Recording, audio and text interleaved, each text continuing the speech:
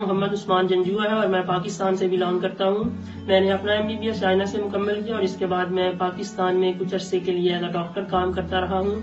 پھر میں نے چائنا سے اپنی اسپیشلائزیشن کمپلیٹ کی اور میں فی الحال چائنا کے صوبے ہونان کے شہر چانگشا میں چانگشا میڈیکل یونیورسٹی میں بطور لیکچرر کام کر رہا ہوں۔ جیسا کہ آپ جانتے ہیں کہ چین کے شہر ووہان میں ناول کرونا وائرس کی وبا پھیلی ہے۔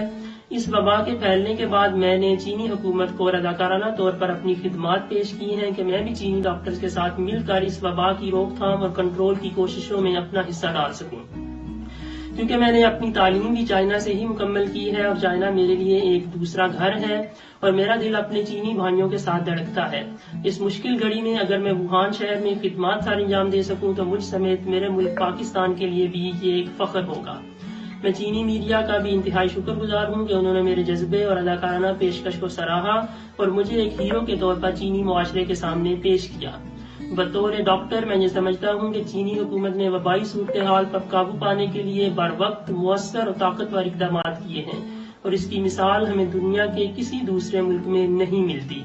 انشاءاللہ چین بہت جلد ناول کرونا وائرس پر مکمل قابو پا لے گا اور چینی عوام کے ساتھ ساتھ یہاں بسنے والے پاکستانی اور دیگر ممالک کے لوگ خود کو محفوظ پائیں گے۔ میں آخر میں چائنا میڈیا گروپ اور شاہد افراز خان صاحب کا بھی شکر گزار ہوں جنہوں نے مجھے فوری طور پر رابطہ کیا اور آپ لوگوں سے بات چیت کا موقع فراہم کیا۔ بہت شکریہ۔ جی، میرا بیٹا عثمان 2007 سے چائنا میں ہے اور چائنا میں ہی MBBS کیا اور وہاں ہی اس نے پھر اسپیشلائزیشن کی ہے اور اسپیشلائزیشن کرنے کے بعد وہ چائنا میں آپ چنگشا میڈیکل یونیورسٹی میں بطور لیکچرر کام کر رہا ہے۔ تو اس نے 4 دن پہلے مجھے فون کیا کہ پاپا جی یہ چائنا میں کرونا وائرس پھیلا ہوا ہے، میں اس کے خلاف کام کرنا چاہتا ہوں، آپ اجازت دے دیں۔ تو میں نے اسے اجازت دے دی اور میں نے اسے کہا کہ بیٹا یہ ایک نیکی کا کام ہے، انسانیت کی خدمت کا کام ہے، آپ یہ ضرور کریں۔ اس پر مجھے بھی بڑی خوشی ہوئی اور یہ اہل دینہ کے لیے بھی باعث فخر ہے اور پاکستان کے لیے بھی باعث فخر ہے۔